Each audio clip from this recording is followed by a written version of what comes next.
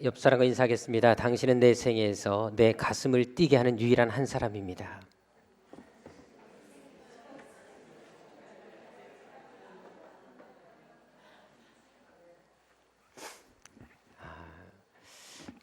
예, 되게들 좋아하시네요. 예, 아마 그렇게 되시리라 믿습니다. 또 저와 함께 인사하겠습니다. 하나님은 여러분들을 향한 놀라운 계획을 가지고 계십니다. 아멘. 감사합니다. 제가 전에 2년 전에 미국 시애틀에 좀 다녀온 적이 있었습니다. 그런데 거기에 가게 되면 모든 사람들이 당연히 꼭 한 번씩은 방문하는 곳이 있는데, 그때 저희와 함께 갔던 우리 청년들 또 가이드도 이곳은 꼭 가야 된다라고 그곳을 안내해 주었습니다. 바로 엘 에스프레소라는 커피집이었습니다. 아마 여러분들은 잭 아저씨네 작은 커피집이라고 아마 책도 나와 있는데요. 아마 그걸로 더 유명하게 알려진 곳이기도 하는데요. 시애틀의 가장 유명한 명소이기도 합니다. 우리가 잘 아는 여러분 스타벅스라든지 뭐 시애틀의 유명한 커피 전문점, 세계적인 어떤 그런 커피 전문점들이 바로 그곳에서 시작되었던 바로 그 집이 바로 그곳입니다.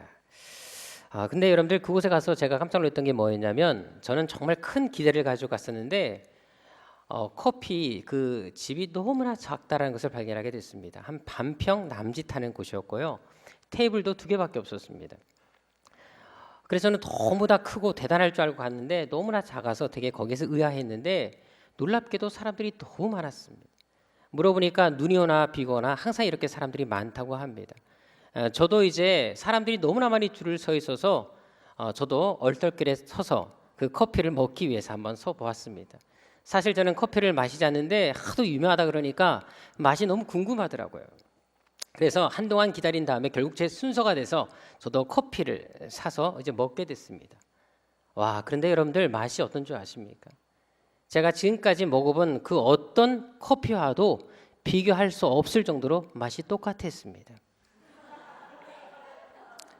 역시 저는 커피 맛을 모른다라는 생각들을 다시 한번 하게 됐는데, 함께 갔던 이제 다른 우리 청년들은 막 감탄을 자아내더라고요. 너무 맛있다고, 맛이 역시 다르다 그러는데 저는 정말 모르겠더라고요.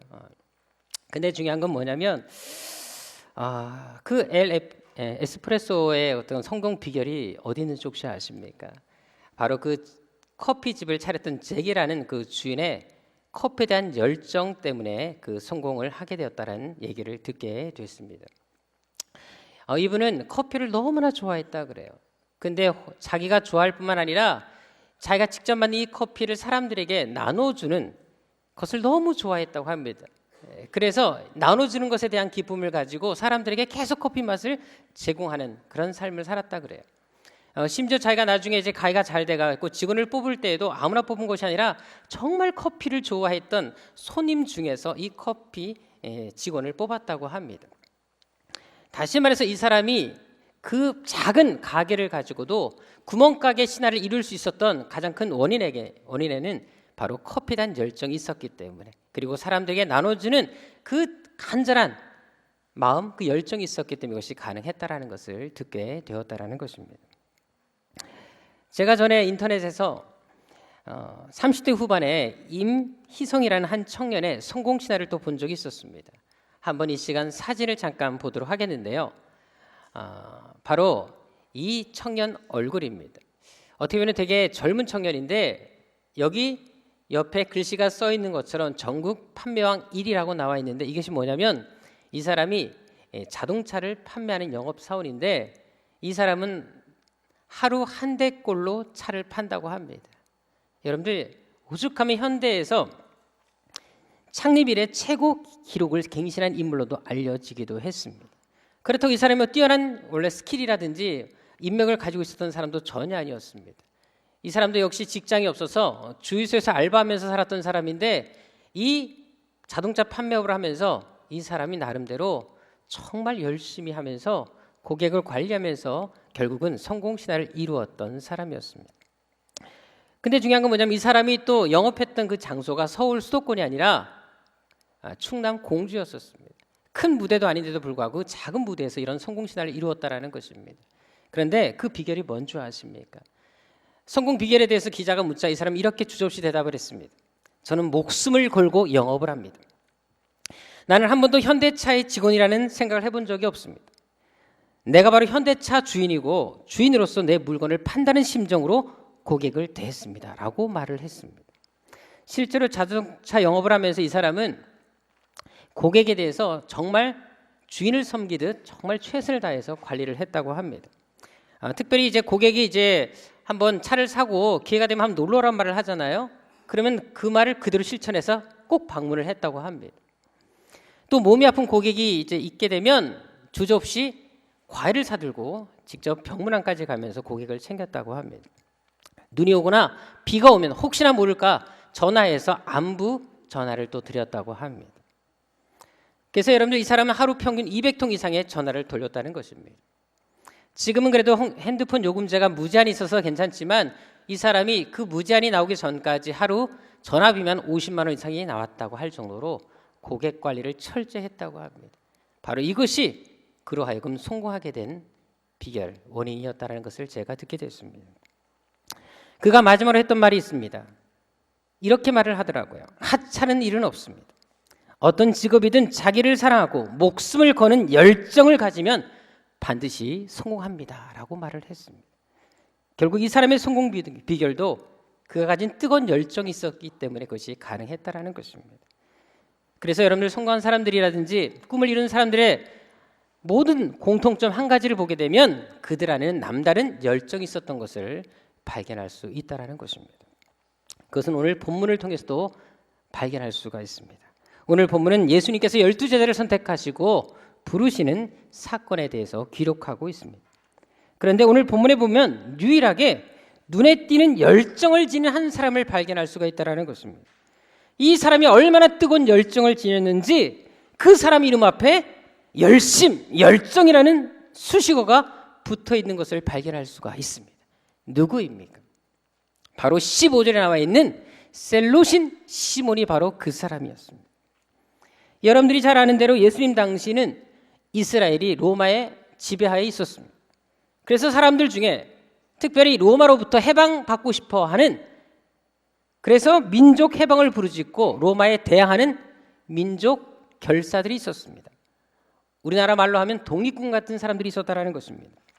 애국 결사 조직이 있었다는 것입니다. 그들이 바로 열심당이었습니다. 여기 시몬 앞에 붙은 셀롯인이라는 사람이 바로 열심당을 가리키는 말입니다.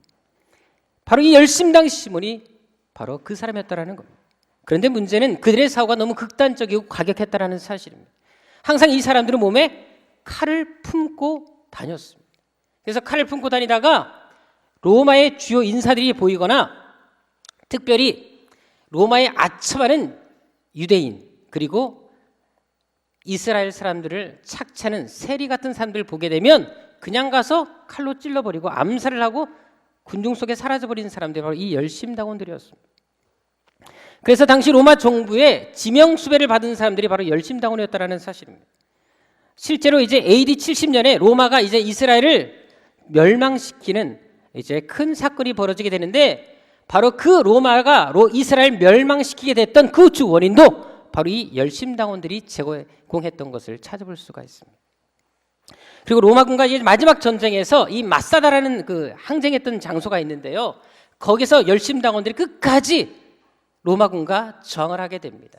근데 결국 전쟁에서 이제 패하게 될 거라는 사실을 알게 됐을 때 이 열심당원이 어떻게 한 줄 아십니까? 차라리 노예로 끌려가서 죽느니 차라리 이렇게 비참하게 살지 말고 열심당원으로 죽자. 그래서 자기 아내, 자식들을 다 죽여버리고 스스로 자살했던 사람들, 이 사람들이 바로 열심당원들이었습니다. 아주 극단주의 민족주의자들이었습니다. 그렇다면 여러분들 예수님께서 이런 열심당원 시몬을 제자로 선택한다라는 것이 과연 쉬웠을까요?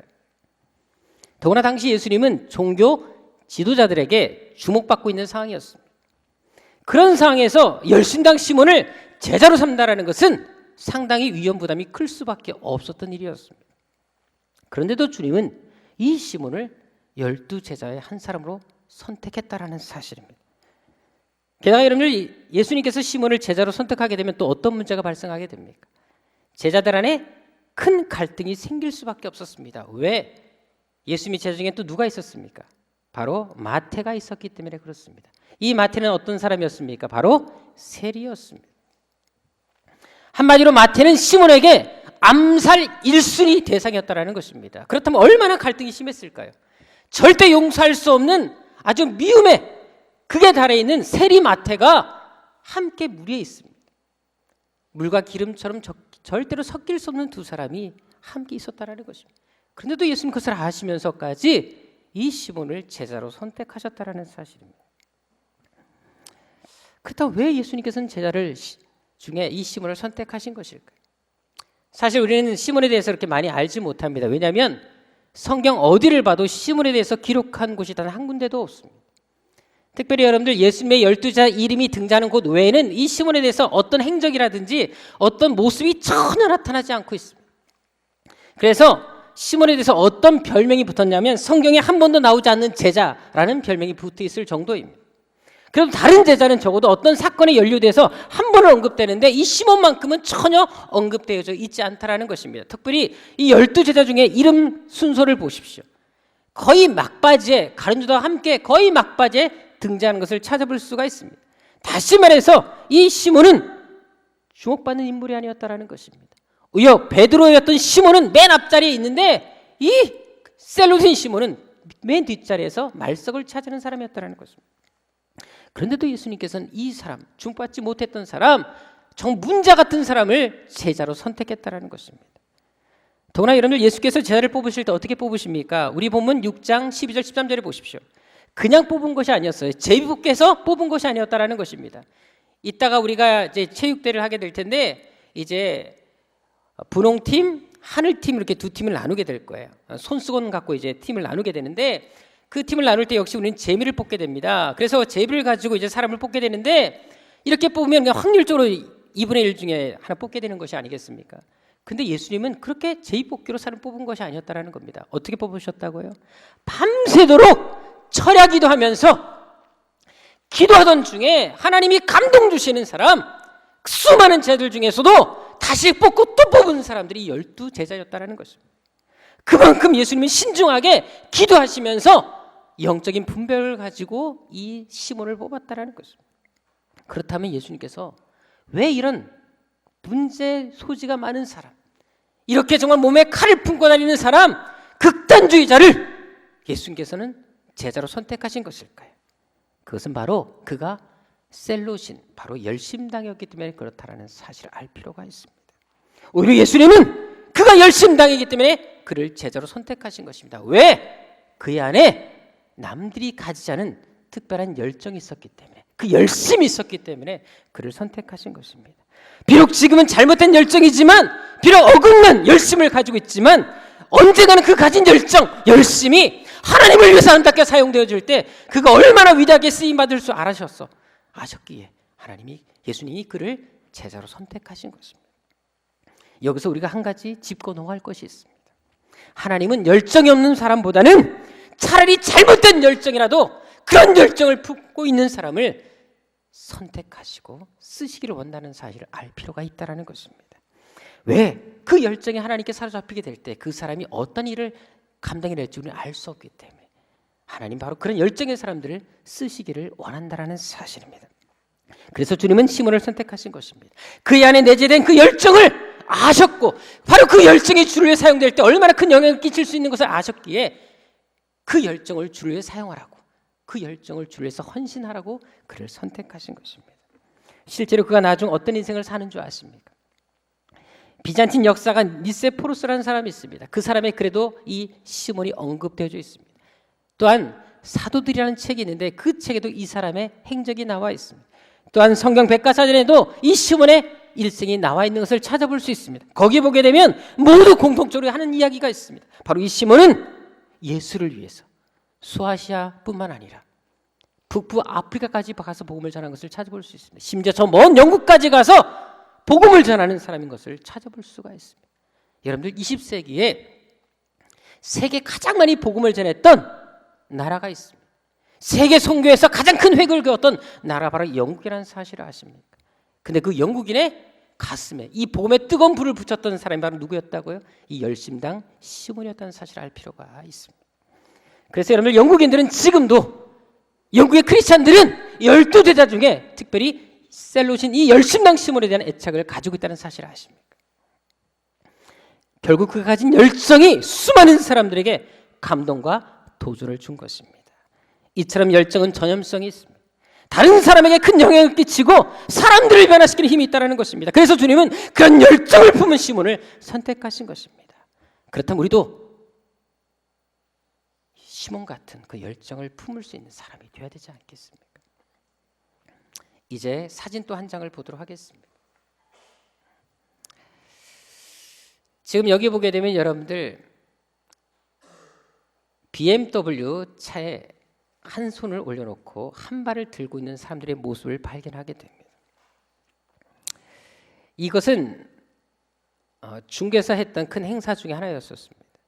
저렇게 한 발을 들고 가장 오래 차를 붙잡고 서 있는 사람에게 BMW 차를 선물해 주는 행사였습니다.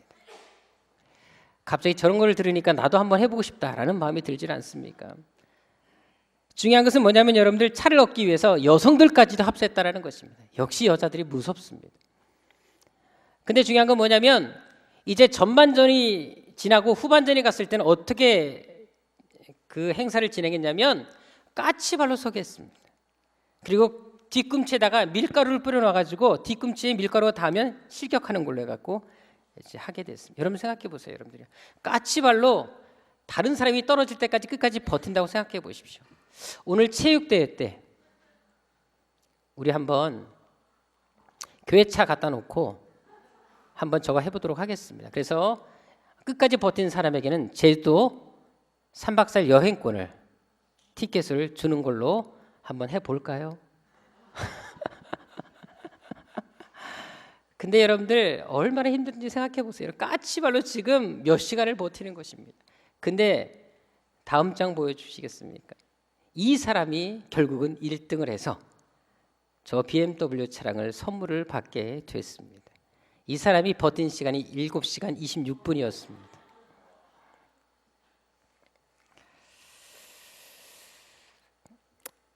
여러분들 어떻게 이것이 가능했을까요? 차를 꼭 갖겠다는 마음.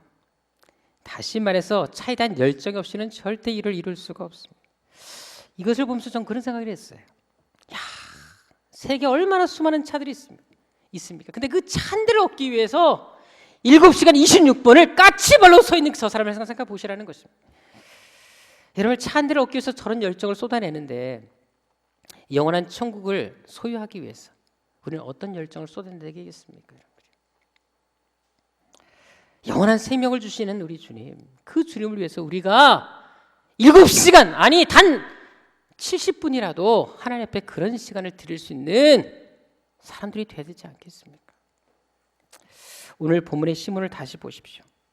이 사람은 과거 잘못된 열정, 세상적인 열심을 품었던 사람이었습니다. 하지만 그가 제자가 된 이후에는 주를 위해서 그 모든 열정을 쏟아내기로 결단합니다. 그러니까 자기 민족만 생각했던 극단적인 인생을 살던 그가 자기 민족을 넘어서 세계를 품고 세상을 품는 그리스도인이 됐다는 사실을 우리는 알 필요가 있다는 것입니다. 실제로 여러분들 그가 얼마나 복음에 대한 열정을 가진 사람이 된 줄 아십니까? 초대교회 가게 문서를 보게 되면 12제자들마다 상징하는 그림들이 나와 있습니다. 벽화라든지 여러 문서를 통해서 보면 그 제자를 상징하는 그림들이 꼭 나와 있는데 이 시몬이 등장하는 사진마다 반드시 나타나는 물고기 그림이 있습니다. 여러분 초대교회 물고기는 바로 그리스도인을 상징했던 것이기도 했지만 또 한 가지 사람을 낚는 어부가 되라는 예수의 말씀이 있었기 때문에 복음을 전하는 열정을 가진 사람에게 이 상징을 쓰고 있는 것을 찾아볼 수가 있습니다. 얼마나 시몬이 이 복음에 대한 열정이 뜨거웠으면 많은 제자들이 있는데 그 제자들 가운데 유일하게 물고기에 대해서만큼은 그 상징을 이 시몬에게 갖다 붙여 주었겠냐 이 말입니다.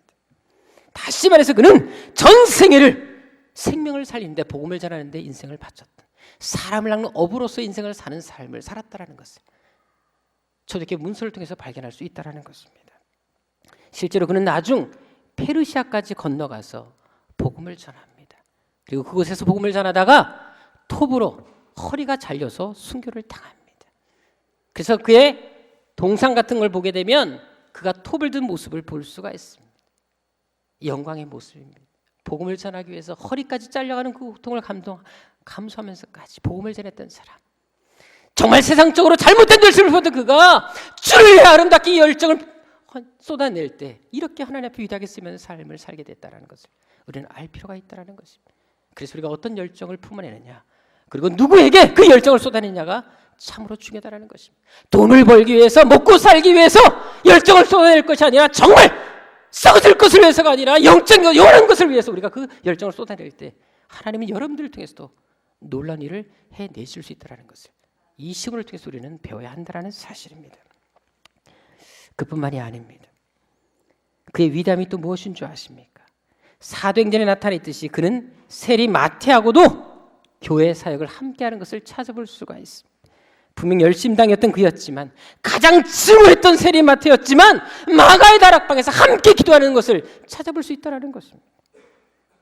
실제로 여러분들 성경 어디를 봐도 이 시몬이 마태와 다투었거나 갈등했다는 구절을 찾아볼 수가 없습니다. 그의 입장에서는 절대 용납할 수 없는 매국노와 같은 마태였습니다. 하지만 그럼에도 불구하고 그 마태를 품어냈다는 것입니다. 주의 나라를 위해서 기꺼이 그와 함께 동행했다는 것을 말해주는 것입니다. 종종 사람들이 교회를 떠나는 이유를 말할 때가 있습니다. 사람 때문에 상처받아서 교회를 떠났다는 말을 참 많이 듣게 됩니다. 하지만 시몬은 사람 때문에 상처받을 수 있는 모든 조건을 가진 사람이었지만 너무나 민족을 사랑해서 애국주의적인 그런 마음을 가지고 세리 마태를 미워할 수밖에 없는 삶을 살았던 사람이지만 그럼에도 불구하고 예수를 믿고 나서는 그 사람까지 품어내는 것을 찾아볼 수가 있습니다. 세상과 사람에 대한 증오를 복음을 위한 열정으로 승화시켰던 사람, 이 사람이 바로 시몬이었다는 것입니다. 한마디로 그는 제자답게 살던 사람, 정말 하나님 자유롭게 살았던 사람, 그리스도인답게 살았던 사람이 바로 시몬이었다는 것을 우리는 알 필요가 있습니다. 그래서 주님도 그를 선택하셨고 그를 그렇게 위대하게 쓰셨던 것입니다. 제가 주한교회 사역했을 때였습니다. 우리 교육자실 바로 앞에 화장실이 있습니다. 그리고 그 화장실 또 옆에도 화장실이 3개 넘게 달려 있습니다.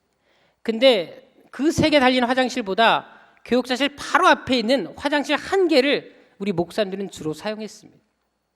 왜 그랬냐면 거기에 비데가 있었기 때문에 목사님들이 다 그 비데가 있는 것을 원해서 사용하셨습니다. 근데 문제는 뭐냐면 그것이 약간 장애인용으로 함께 나온 거라서 문이 잠기지가 않습니다. 그러니까 가끔 일을 보다가 갑자기 그냥 문을 열 때 서로 마주보면서 되게 당할 때가 한두 번이 아니었습니다. 그래도 비데 때문에 사람들이 그곳을 사용을 했습니다. 한 번은 저도 이제 큰 거사를 행하기 위해서 그 화장실로 들어가를 갔습니다. 그리고 이제 모든 거사를 마친 다음에 이제 그 세정을 위해서 스위치를 눌렀습니다. 근데 아무리 눌러도 스위치가 작동을 하지 않는 거예요. 불량인 거죠. 여러분들 사실 그것 때문에 여기 와서 앉아서 지금 일을 보는 건데 그 제 역할을 못하니까 별로 기분이 안 좋더라고요. 나는 이미 그 비데에게 내 모든 것을 다 내어주었는데 이미 다 채워줬는데 아무것도 주지 않는 그 비데를 보면서 너무 마음이 상했습니다. 자기의 사명을 망각하고 있는 그 비데를 보면서 심판하고 싶은 마음도 생겼습니다. 그래도 사랑의 마음으로 조용히 타일렀습니다. 물 뿜어라. 인생 그렇게 살지 말아라 하고 얘기를 하게 됐습니다. 그리고 계속 누르고 있는데 갑자기 작동이 된 거예요. 그래서 정말 좋더라고요. 그래서 또 열심히 이제 다 끝을 내고 이제 스위치를 눌러서 끄는데 문제는 꺼지지가 않는 거예요. 여러분들 물이 멈춰야지 일어나지요. 여러분 그런 일을 경험해 보셨습니까? 안 경험해 봤으면 말을 하지 마십시오. 여러분들이요. 계속 여러분들 똥침 받는 기분이었습니다. 강약 조절도 안 되고 계속 물을 뿜어내는데 미치겠더라고요. 여러분 그런 찬양 아십니까? 멈출 수 없는 사랑 주소서, 끊을 수 없는 사랑 주소서. 근데 이 비데만큼 끊고 싶었고 멈추고 싶었습니다. 여러분 바지를 올려야 되는 올릴 수가 있나요? 물이 계속 나오는데 어떻게 올립니까? 일하지도 못하는 상황에서 정말 미치겠더라고요. 119 구급대에 연락할 수도 없고 정말 나는 고민을 많이 했습니다. 그러다가 하나님께 기도하기 시작했어요. 저도 나와야 되니까 하나님 비데를 끊어 주옵소서. 제가 지금까지 기도하면서 그렇게 많은 기도를 해봤지만 비데를 끊게 해달라고 기도해본 건 처음이었습니다. 여러분. 계속해서 하나님 끊어야 됩니다. 나가야 되죠. 하는데 어느 순간 또 멈췄습니다. 할렐루야. 정말 감사했어요. 여러분들 그 일 후부터는 다시 그곳에 들어가지 않았습니다. 아마 그 누구도 그 다음에 그곳에 들어갔을 때 저와 같은 경험을 했으리라 저는 확신합니다. 지금도 그때를 생각하면 그 비대가 용서가 되지 않습니다. 여러분들 그 일을 겪으면서 느낀 것이지만 비대의 구실을 제대로 하지 못하면 쓸모없게 됩니다. 일반 변기등보타도 못한 인생을 살 수밖에 없지 않겠습니까? 마찬가지입니다. 그리스도인답게 살지 못한다면 우리가 어떻게 하나님께 쓰임받을 수 있겠습니까? 아무 쓸데없이 버릴 수밖에 없지 않겠습니까? 소금이 그 맛을 잃어버리는데 어떻게 소금의 역할을 감당 못하는데 그냥 둘 수 있겠습니까? 박해버려서 사람에게 밟힐 수밖에 없다라는 것입니다. 여러분들 우리가 부르심을 받았다면 부르심을 받은 사람답게 사는 것이 얼마나 중요한 줄 아시겠습니까? 전에 오카노 목사님이 쓰신 책 중에 나의 고통 누구 탓인가라는 책을 본 적이 있습니다. 거기에 보게 되면 그 사랑의 교회 호스피스 팀에 대한 이야기가 나와 있습니다. 그 호스피스 팀에게 이제 한 청년의 그런 그 신상 기록이 넘어왔습니다. 이름은 이승재라는 학생 청년이었고요. 나이가 29세입니다. 병명이 육종암이었습니다. 그래서 이제 죽음을 앞두고 있는 사람이었습니다. 암세포가 폐 그리고 오른쪽 뇌 그리고 오른쪽 다리 위장까지 전이된 상태였기 때문에 이제 손쓸 수 없는 상황에서 죽음을 기다리고 있는 사람이었습니다. 근데 마음은 아픈 게 뭐냐면 결혼한 지 채 1년이 되지 않았다는 것입니다. 그리고 저는 예수를 알지 못했던 사람이었습니다. 그래서 이제 목사님과 함께 이 호스피스 팀이 가서 이 청년에게 간호하면서 계속해서 복음을 전하게 됐습니다. 이러면 사람은 항상 생의 마지막 순간에 마음이 참 여려지게 됩니다. 그래서 호스피스 분들의 이야기를 들어보면 정말 마지막 순간에 예수를 믿고 죽는 사람들이 참 많다는 얘기를 하더라고요. 전 그런 얘기를 들으면 참 마음이 안타까웠었어요. 건강할 때 살아있을 때 주를 위해서 일하다 가면 얼마나 좋을까. 물론 늦게라도 예수 믿고 가면 참 다행이지만 그래도 이왕 사는 동안 예수를 잘 믿다가 헌신하고 하면 얼마나 더 아름답겠습니까. 결국 이 청년에게 그렇게 해서 복음을 계속 전할 때 이 청년은 결국은 예수를 받아들이게 됐습니다. 그리고 뒤늦게 예수를 맞아들이고 울고 회개하며 주님을 영접을 했습니다. 근데 하루는 목사님에게 요청이 들어왔어요. 목사님 내일이 자기들 결혼 1주년 기념인데 목사님 와서 기도해 달라고. 그래서 목사님 오셔서 이 청년을 위해서 기도해주고 특별히 성경책을 선물로 주었습니다. 근데 계속해서 이 청년은 점점 더 병이 더 나빠지게 됐습니다. 그래서 다리가 너무 많이 부어서 나중엔 그 부은 무게 때문에 다리뼈가 부러지기까지 하는 고통을 경험하게 됐습니다. 그리고 결국은 며칠 후에 혼수 상태에 빠지게 됐습니다. 근데 혼수 상태 속에서도 끝까지 손에서 놓지 않았던 것이 바로 성경책이었다고 합니다. 결국 그 청년은 이제 죽음을 맞이하게 됐습니다. 근데 죽을 그 순간에도 자기밖에 예수를 믿지 않았기 때문에 모든 모인 가족들에게 복음을 전하면서 예수를 믿으라고 얘기를 하게 됐습니다. 그리고 나의 죽음을 통해 온 가족 예수 믿는 하나의 미랄, 바로 자기가 그 미랄 되길 원한다. 우리 가족들 꼭 예수 믿으라고 하고 그 마지막 유언을 남기고 운명을 했습니다. 그 모습을 지켜보던 많은 가족들이 그 한 사람 때문에 그 주일 예배 때 온 가족이 와서 예배를 드리게 됐습니다. 그리고 교회 등록하게 됐습니다. 여러분 짧은 인생을 살다 갔지만 마지막 그의 생명을 복음을 전하는데 그래도 불꽃을 태웠던 그 젊은이의 인생을 보면서 많은 생각을 하게 됐습니다. 제가 전에 인천에 그 상곡동에 있는 우길 아파트에 살 때였는데요. 한번 우길 아파트에 나와서 이제 교회를 가려고 신호등 그 횡단보도 앞에 서 있는데 할머니 한 분이 이게 전도지를 참 열심히 나눠주시더라고요. 머리가 하얀 할머니인데 너무나 이렇게 전도지를 아름답게 나눠주는 모습 보면서 참 귀하시다. 그래서 전도지를 제가 받았습니다. 보니까 여호와 증인이더라고요. 이단이었습니다. 참 마음이 너무 아팠어요. 여러분들 나이든 할머니까지 이단에 빠진 할머니까지도 그런 열정을 품고 사람들에게 전도지를 나눠주는데 그럼 우리는 어떻게 살아야 되겠습니까? 참 진리를 믿고 있는 우리들은 어떤 인생을 살아야 되겠습니까? 어차피 예수 믿는 거면 한번 제대로 믿어야 되지 않겠습니까? 어차피 이 땅에 살아야 한다면 의미 없이 살기보다 정말 주를 위해 멋지게 살다가 가야 되지 않겠습니까? 교회를 다녀도 교인인지 구분 안 가는 사람이 있습니다. 직분자임에도 불구하고 전혀 본이 되지 않는 사람들이 있습니다. 하지만 여러분들 천국에서 이름 날릴 수 있는, 정말 하나님을 감동시키는 그런 사람들이 되어야 되지 않겠습니까? 우리가 날마다 외치는 표가 무엇입니까? 이 시대 나머지막 남은 하나님의 자부심 되는, 하나님의 자랑이 되는 성도가 되는 것이 꿈이 아니겠습니까? 그런 성도가 됩시다. 정말 하나님의 자존심을 지켜드릴 수 있는 성도, 하나님의 자부심이 돼서 사람들이 나를 보고 나도 저렇게 예수 믿고 싶다 고백할 수 있는 그런 믿음의 사람들이 될 수 있는 그런 성도들이 돼야 되지 않겠습니까? 하나님 앞에서 별별 인생이 아니라 정말 하나님 나라의 기둥 같은 역할을 감당하며 하나님 나라에서 누구보다 열정을 품어낼 수 있는 그런 사람이 되시기를 주님의 이름으로 축원합니다. 기도하겠습니다.